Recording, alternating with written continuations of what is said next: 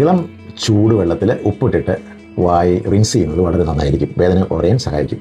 അതുപോലെ തന്നെ ഫുഡിൻ്റെ ഐറ്റംസ് അല്ലെങ്കിൽ ശകലങ്ങൾ ഈ പല്ലിനിടയിലോ അല്ലെങ്കിൽ കേടിനുള്ളിലോ കുടുങ്ങിക്കിടപ്പുണ്ടെങ്കിൽ തീർച്ചയായിട്ടും അത് പ്രഷർ കൊണ്ട് പെയിൻ ഉണ്ടാകാൻ സാധ്യതയുണ്ട്. അത് വളരെ സോഫ്റ്റായിട്ട് ജെൻറ്റിലായിട്ട് എടുത്തു മാറ്റാൻ ശ്രമിക്കുക. എടുത്തു മാറ്റാൻ നമുക്ക് ബ്രഷേഴ്സ് ഉപയോഗിക്കാം, വാട്ടർ ഫ്ലോസ് ഉണ്ടെങ്കിൽ വീട്ടിലുണ്ടെങ്കിൽ അത് ഉപയോഗിക്കാം, അല്ലെങ്കിൽ ചെറിയ ഗ്യാപ്പിലേക്ക് ഇടാനുള്ള ചെറിയ ബ്രഷസ് ഉണ്ട്, അത് വീട്ടിലുണ്ടെങ്കിൽ ഉപയോഗിക്കാം.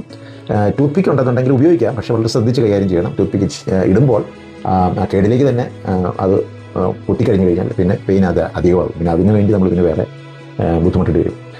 പിന്നെ അതുപോലെ തന്നെ വെളിയിൽ കവിളിന് വെളിയിൽ ഐസ് പാക്ക് 10-15 മിനിറ്റ് വെച്ച് കഴിഞ്ഞാൽ താൽക്കാലികമായിട്ട് ആശ്വാസം ഉണ്ടാകും. പിന്നെ അതുപോലെ തന്നെ വേദനയുള്ള ഭാഗത്തേക്ക് നമ്മൾ തല താഴ്ത്തി കിടക്കാതിരിക്കുക, അല്ലെങ്കിൽ തല കഴിയുന്നതും ഉയർത്തി കിടക്കാൻ ശ്രമിക്കുക. പിന്നെ വീട്ടിൽ പെയിൻ കില്ലേഴ്സ്, നമുക്ക് പ്രത്യേകിച്ച് അലർജി ഇല്ലാത്ത ഗുളികകൾ ആണെന്ന് ഉറപ്പ് വരുത്തിയിട്ട് പാരസെറ്റമോളുള്ള ഗുളികകൾ തൽക്കാലത്തേക്ക് കഴിക്കുന്നതിന് കുഴപ്പമില്ല.